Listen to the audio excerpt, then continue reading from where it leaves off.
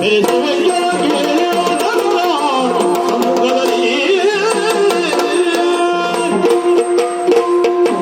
ಬಂದಿದ್ದಾರೇನೆ? ಎಲ್ಲ ಬಂದಿದ್ದಾರೆ. ಬಪ್ಪರ್ ಬಂದ್ರು ಹಾಪರ್ ಹಾಕ್ತಾ ಇದ್ರಿ ಈಗ. ಹೋಗೋರು ಸುದ್ದಿ ಕೇಳಿದ್ದಲ್ಲ, ಬರೋರು ಸುದ್ದಿ ಕೇಳಿದ್ದು.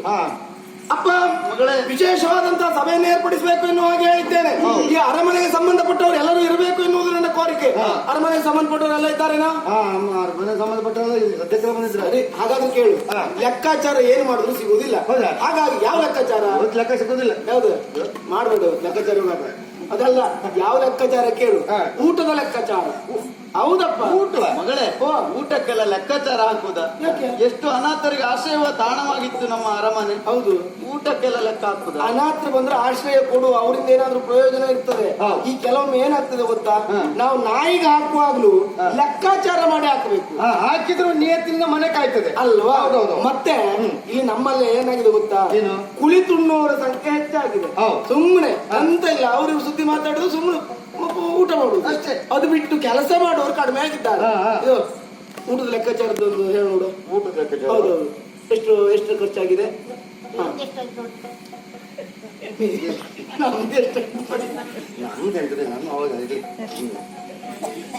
7,000 ವರಹ. ಎಷ್ಟು? 7,000 ವರಹ. ಎಷ್ಟು? 7,000. ಸರಿ ನೋಡ್ಲಿಕ್ಕೆ, ಸರಿ ನೋಡ್ಲಿಕ್ಕೆ, ಸರಿ ನೋಡಿ, ಸರಿ ನೋಡಿ. ನೀ ನಾನು ಹೊಡಿತಕ್ಕೆ ಅವ್ರು ನನ್ನ ಹೊಡೆದು ನಾನು ನೋಡ್ತೇನೆ. ಸರಿ ನೋಡಿ ಅಂತ. ಈ ತಿಂಗಳ ಲೆಕ್ಕಾಚಾರ ಕೇಳಿದ್ದು, ಕಳೆದ ತಿಂಗಳಿದ್ದಲ್ಲ. ಇದು ಹೋದ ತಿಂಗಳಿದ್ದು ಮರ. ಮತ್ತೆ ಈ ತಿಂಗಳಲ್ಲಿ 14,000 ವರಹ. ಎಷ್ಟು? 14,000. 14? ನಿಮ್ದಲ್ಲ, ನಿಮ್ಮ ಅಪ್ಪ ಇಂದು. ಅದಲ್ಲ, 14,000 ವರಹ. ನೋಡಿ, 7 ಇದ್ದದ್ದಲ್ಲಿ 14 ಹೋಯ್ತು. ಅದಕ್ಕೆ ಹೇಳಿದ್ದು ಸ್ವಲ್ಪ ಖರ್ಚು ಕಡಿಮೆ ಮಾಡಿ ಅಂತ ಹೇಳಿ. ಸುಮ್ಮನೆ ತಿಂದು ತಿಂದು ತಿಂದು ತಿಂದು ತಿಂದು ಒಬ್ಬೊಬ್ರು ಬೆಳೆದಿದ್ದಾರೆ ನೋಡು. ಉದ್ದುದ್ದ ಬೆಳೆದಿದ್ದಾರೆ, ಅಗಲ ಬೆಳೆದಿದ್ದಾರೆ. 2 ಬಾರಿ ಉಂಬುದಲ್ಲೇ ಮತ್ತೆ ಒಂದು ಮನಸ್ಸಲ್ಲಿ ಕೊಟ್ಕೊಂಡು ಬದ್ರ ಮಾಡಿ. ಅದೇ ಹೇಳಿದ್ದು, ಸ್ವಲ್ಪ ಕಡಿಮೆ ಹಾಕು, ಕೆಲಸ ಏನಾದ್ರು ಮಾಡ್ಲಿ. ದೇವಪ್ಪ, ಮಹಾರಾಣಿ ಹೇಳ್ತಾ ಇದ್ದ ವಿಷಯ ಯಾರಿಗೆ ಅನ್ನೋದು ಸ್ಪಷ್ಟವಾಗಿ ಅರ್ಥವಾಗ್ತಾ ಉಂಟು. ನಾವಿಲ್ಲಿ 3 ಮಂದಿ ಊಟ ಮಾಡ್ತಾ ಇದ್ದೇವೆ ಎಂಬ ಕಾರಣಕ್ಕೆ ಬೇಕಾಗಿ ನಮಗೆ ತಾಗಿಸಿ ಮಾತನಾಡ್ತಾ ಇದ್ದಾಳೆ. ಇಲ್ಲಿ ಹೆಂಡ್ರಿ ಯಾರು ಇಲ್ಲ, ಅವರವರೇ ಬೇಕಾಗುವಷ್ಟು ಬುದ್ಧಿವಂತಿ ಕಲ್ತುಕೊಂಡೇ ಇದ್ದಾರೆ. ಆದ್ರೂ ಒಂದು ನಿನ್ನಲ್ಲೇ ಕೇಳ್ತಾರೆ, ನಾನು ಕುದುರೆರಾಯರ ಕೆಲಸ ಮಾಡ್ತಾ ಇದ್ದೆ, ತಿಂಗಳ ಕೊನೆಗೆ ನನಗೆ ಸಿಗುವಂತ ಸಂಬಳ ಎಷ್ಟ? ಕೆಲಸಗಾರ ಬಾರಿ ಕಷ್ಟ ಮರ್ಯಾರೆ, ಸಿಗುದೇ ಕಷ್ಟ. ಬರುವಾಗಲೇ ಸಂಬಳ ಎಷ್ಟು ಕೊಡ್ತೀರಾ ಮೊದ್ಲೇ ಕೇಳ್ತಾರೆ. ಆದ್ರೂ ನಾವು ಎಷ್ಟು ಕೊಡ್ತೀರಿ ಅಂತ ಕೇಳ್ಕೊಂಡು ಕೆಲಸ ಮಾಡ್ಲಿಲ್ಲ. ಆದರೂ ನಮ್ದೊಂದು ನಿರ್ಣಯ ಉಂಟು. ಕುದುರೆ ಕಾಯುವವರಿಗೆ ತಿಂಗಳಿಗೆ 10,000 ವರಹ. ಹಾಗಾದ್ರೆ ನಮ್ಮ 3 ಮಂದಿಯ ಊಟದ ಖರ್ಚು ವೆಚ್ಚ ಎಷ್ಟಾಯ್ತು ಹೇಳು? ಹೆಚ್ಚಿಗೆ ಅಂತ ಹೇಳಿದ್ರೆ 7,000 ವರಹ ಹೆಚ್ಚಾಯ್ತು ಅಷ್ಟೇ. ನನಗೆ 10,000 ಸಂಬಳ ಇನ್ನೂ ಕೊಡ್ಲಿಲ್ಲ ಅವಳು. ಅಲ್ಲ, ಬರ್ದಿಟ್ಟಿದ್ದಾರೆ ಬರ್ದಿಟ್ಟಿದ್ದು ಹಾಗೆ ಇರ್ತದೆ. ಕೊಡ್ಲಿಲ್ಲ. ಉಳಿದ 3,000 ಉಂಟಲ್ಲ, ನಿರಂಜನನ ಹೆಸರಿನಲ್ಲಿ ಮಹಾರಾಣಿ ಮಾಡುವಂತ ಸಮಾಜೋದ್ಧಾರದ ಕೆಲಸಕ್ಕೆ ಏಳಿಗೆ ಕೊಡ್ಲಿಕ್ಕೆ.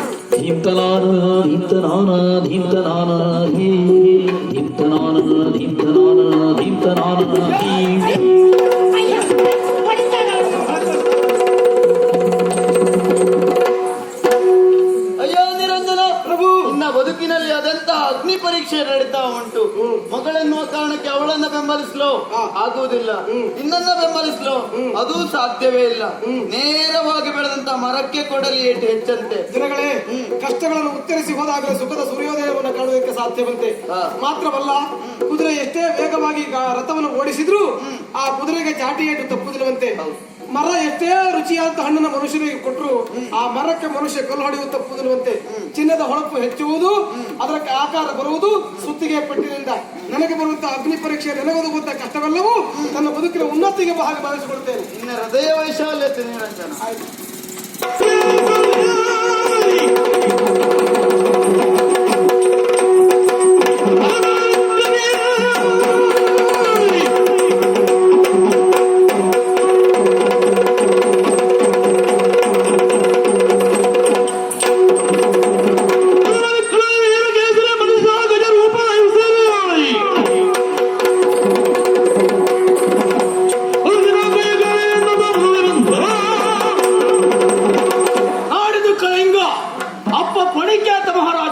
ಅವರಿಗೆ ಪ್ರೀತಿಯ ಸುಪುತ್ರ ಹೆಸರು ವೀರ ಕೇಸರಿ ಎನ್ನುವ ಹಾಗೆ ಮಗ ವಿದ್ಯಾವಂತರಾಗಬೇಕೆನ್ನುವಂತ ಆಸೆಯಿಂದ ಗುರುಮಠಕ್ಕೆ ಕಳಿಸಿಕೊಟ್ಟು ಗುರುವಿನಲ್ಲಿ ಬೇಕಂತ ವಿದ್ಯೆಯನ್ನು ಕರಗತ ಮಾಡಿಕೊಂಡು ನೇರವಾಗಿ ಅರಮನೆಯನ್ನು ಬಂದು ಸೇರಿಕೊಂಡೆ. ಬರುವಾಗಲೇ ನಾನು ಆಲೋಚನೆ ಮಾಡಿದ್ದು ನನ್ನನ್ನು ಎಲ್ಲರೂ ಸ್ವಾಗತಿಸ್ತಾರೆ ಎನ್ನುವ ಹಾಗೆ. ಆಗ ಇಲ್ಲಿ ಬಂದು ಕಾಣ್ತಾ ಇದ್ದೇನೆ ಎಲ್ಲರೂ ಮೌನ ಚಿಂತೆ ಬೇಸರದಲ್ಲಿ ಕುಳಿತುಕೊಂಡಿದ್ದಾರೆ. ಯಾಕಂತೆ? ಅವರೆಲ್ಲ ಪ್ರಶ್ನೆ ಮಾಡಿದೆ, ಯಾಕೆ ಹೀಗೆ ಏನು ಹಾಗೆ. ಅವ್ರು ಹೇಳಿದಂತ ಮಾತೇನು ಗೊತ್ತಾ? ಏನು? ನಿಮ್ಮಪ್ಪ ಇನ್ನಿಲ್ಲ, ದೂರ ಹೋಗಿದ್ದಾರೆ. ತಿರುಗಾಟಕ್ಕೆ ಹೋಗಿದ್ದಾರೆ. ಅದಲ್ಲ, ಮತ್ತೆ? ಅಪ್ಪ ಸತ್ತಿದ್ದಾರಂತೆ. ಎಂತ ಹೃದಯಘಾತ? ಅಲ್ಲ, ಆಯುಷ ಮೀರಿ ಸತ್ತದ್ದು ಅಲ್ಲ. ಅದಕ್ಕೆ ಕಾರಣ ಒಬ್ಬ ಬದ್ಧ ವೈರಿ ನಮ್ಮ ಅಪ್ಪನನ್ನು ಕೊಂದದ್ದಂತೆ. ಓಹೋ. ಆತನನ್ನು ಸುಮ್ಮನೆ ಬಿಡ್ಲಿಕ್ಕೆ ಸಾಧ್ಯ ಉಂಟು?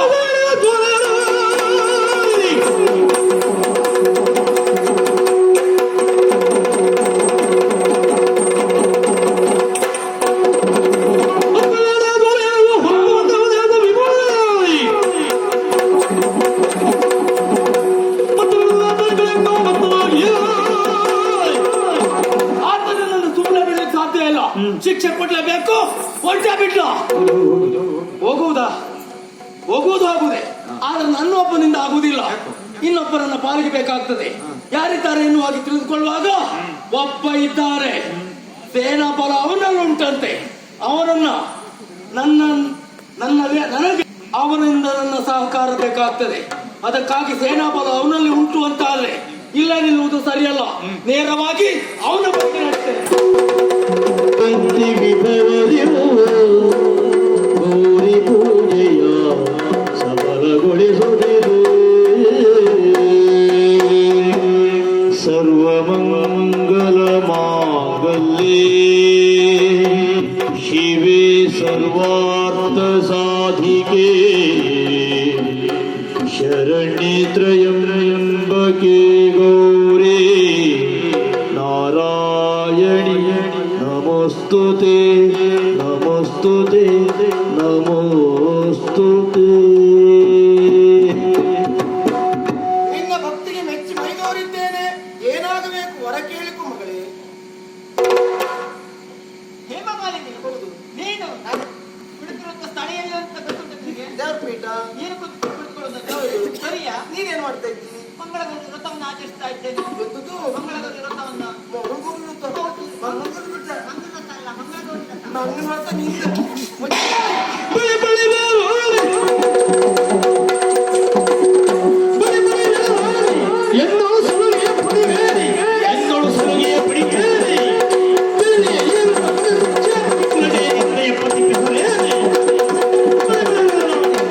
ಬಳ್ಳಿರಲ್ಲವೋ ರಾಣಿ.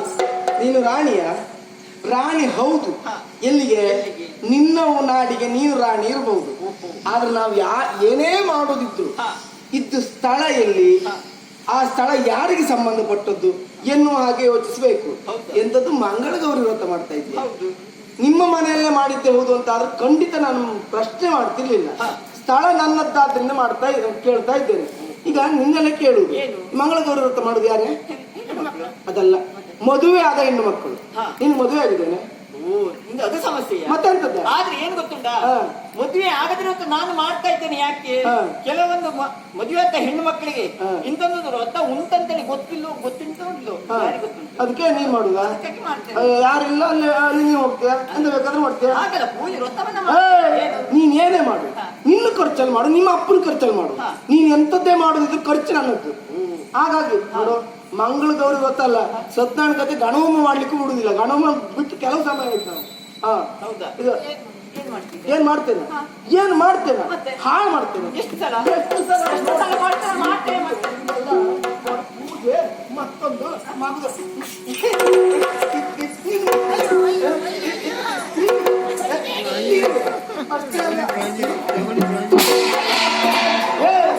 ಸರಿಯಲ್ಲ ಹೇಳ್ತಾ ಇದ್ದೇನೆ. ನನಗೆ ನೀನು ಹೇಳುದು ಬೇಡ. ನನ್ನ ಎದುರಿನಲ್ಲಿ ಕೈ ತೋರಿಸಿ ಮಾತಾಡ್ತಿ ಅಂತ ಆದ್ರೆ ಎಷ್ಟು ಅಹಂಕಾರ ಇದೆ. ಮನೆ ನನ್ನದ್ದು, ನನ್ನ ಮನೆಯಲ್ಲಿ ನಿಂತ್ಕೊಂಡು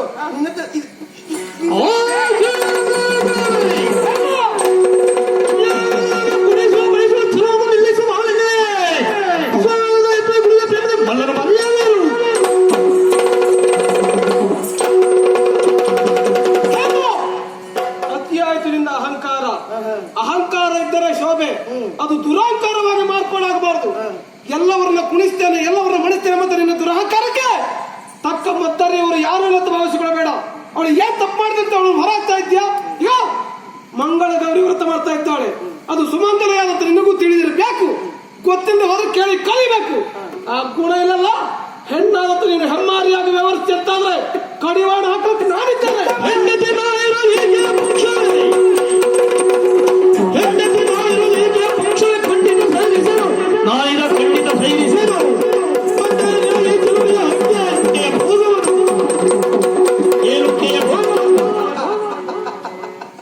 ಪಾಪ ರಾಯರಿಗೆ ಸಿಟ್ಟು ಬಂದದ್ದಲ್ವಾ? ಅಯ್ಯೋ ದೇವ್ರೆ, ಸಿಟ್ಟು ಬಂದದ್ದು ಮಾತ್ರ ಅಲ್ಲ, ಎಂತೆಂತ ದೊಡ್ಡ ದೊಡ್ಡ ಮಾತು ಉದುರಿಸ್ಬಿಡ್ತಾ ಇದ್ದಾರೆ. ಹೋಯ್ ಏನ್ ಮಾಡ್ರಿ, ನಿನಗೆ ಅರ್ಥ ಆಗುದಿಲ್ಲ? ಅಲ್ಲ, ನನಗೆ ಅರ್ಥ ಆಯ್ತು. ಅರ್ಥ ಆದದಕ್ಕೆ ನಾನು ಮಾತಾಡ್ತಾ ಇದ್ದೇನೆ. ಈಗ ಸಿಟ್ಟು ಬಂದದ್ದು ಯಾಕೆ ನಿಮ್ಗೆ? ಅವಳು ಕುತ್ತಿಗೆ ಕೈ ಹಾಕಿ ದುಡ್ತಾ ಇದ್ದೇನೆ ಅಂತ. ಮತ್ತೇನು ದುರಂತ ಅಲ್ಲದೆ ಮತ್ತಿನ್ನೆಂತದ್ದು?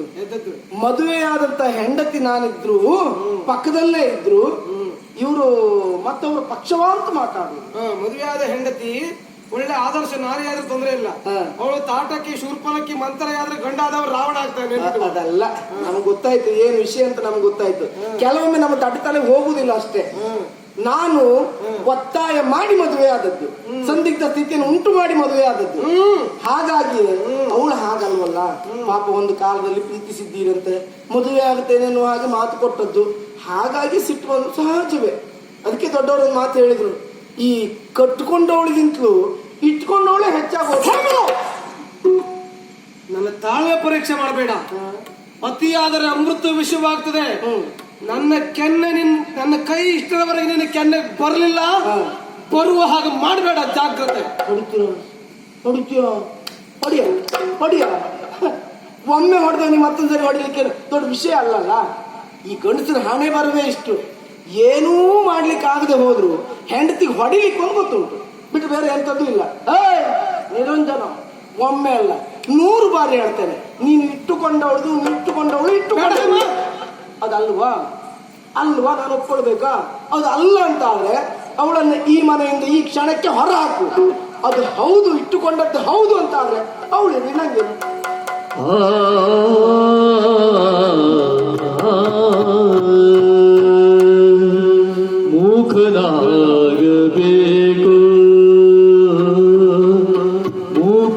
ಮೂಕನಾಗಬೇಕು, ಜಗದೊಳು ಭಾಗ್ಯ ಇರಬೇಕು. ಮೂಕನಾಗಬೇಕು, ಜಗದೊಳು ಭಾಗ್ಯ ಇರಬೇಕು.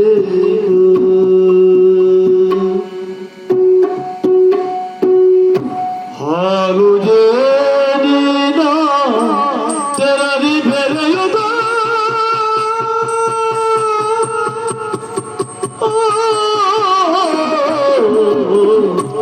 ಹಾಲು ಜೇನಿನ ತೆರದಿ ಬೆಳೆಯುತ್ತ ಬಾಳು ಬೆಳಗಲಿ ಮಿತ್ರನೇ, ಬಾಳು ಬೆಳಗಲಿ ಮಿತ್ರನೇ. ಹಾಡು ಎಣಿಸುವಳು ತೆರಳುವೆ, ಹಾಡು ಎಣಿಸುವಳಲ್ಲ ತೆರಳುವೆ, ಬಾಳು ಬೆಳಗಲಿ ಗೆಳೆಯನೇ ನಿನ್ನ ಬಾಳು ಬೆಳಗಲಿ ಮಿತ್ರನೇ.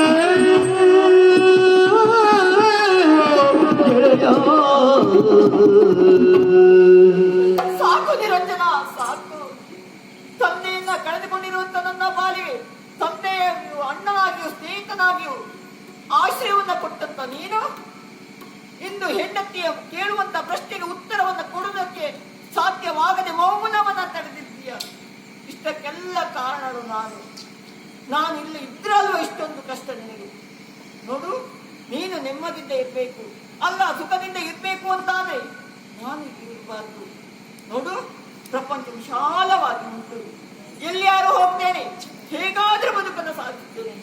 ಆದ್ರೆ ನನ್ನ ಸುಖವನ್ನ ಬಯಸುವಂತ ನೀನು ಯಾವತ್ತು ಸಂತೋಷದಿಂದ ಇರ್ಬೇಕು ನಿರಂಜನ, ಸಂತೋಷದಿಂದ ಇರ್ಬೇಕು.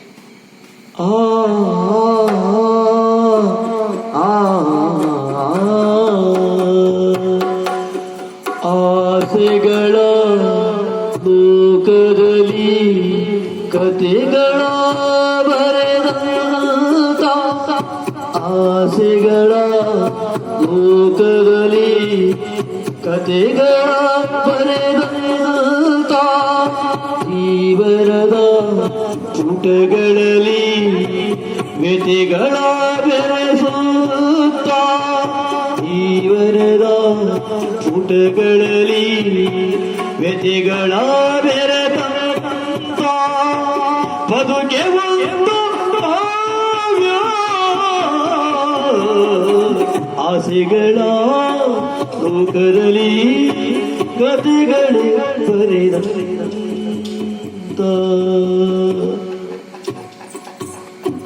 ಮದುವೆ ಎಂಬ ಬೆಂಕಿ ಬಲೆಯು ಸೋಲು ನಿನ್ನದು ಮದುವೆ ಎಂಬ ಬೆಂಕಿ ಬಲೆಯು ಸೋಲು ನಿನ್ನದು ಸೋಲು ನಿನ್ನದು ನಿನ್ನ ಬದುಕಿನಲ್ಲಿ ಧೂಮಕೇತು ನಿನ್ನದು ನಿನ್ನ ಬದುಕಿನಲ್ಲಿ ಧೂಮಕೇತು ನಿನ್ನದು ಸೋಲು ನಿನ್ನದು ಗೆಲುವು ನನ್ನದು ಸೋಲು ನಿನ್ನದು ಗೆಲುವು ನನ್ನದು